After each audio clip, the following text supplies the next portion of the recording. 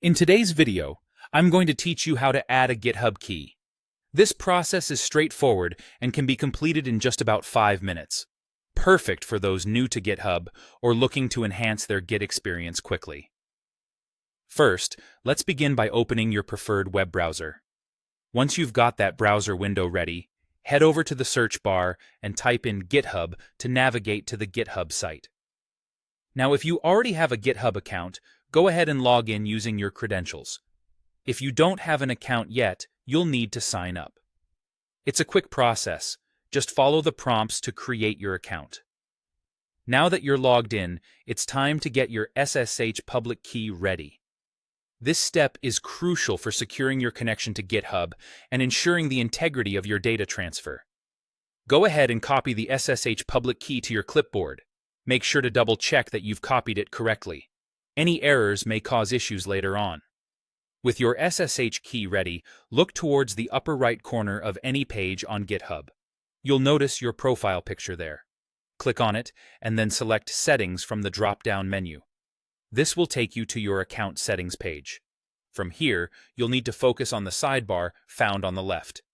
In the sidebar, see the section labeled Access. Under this section, you'll want to click on SSH and GPG keys. This is where you'll be adding your newly copied SSH key. On this page, you're given the option to manage your keys. Look out for the button that says New SSH Key or Add SSH Key and click on it. You'll now see a form where you can paste your SSH key.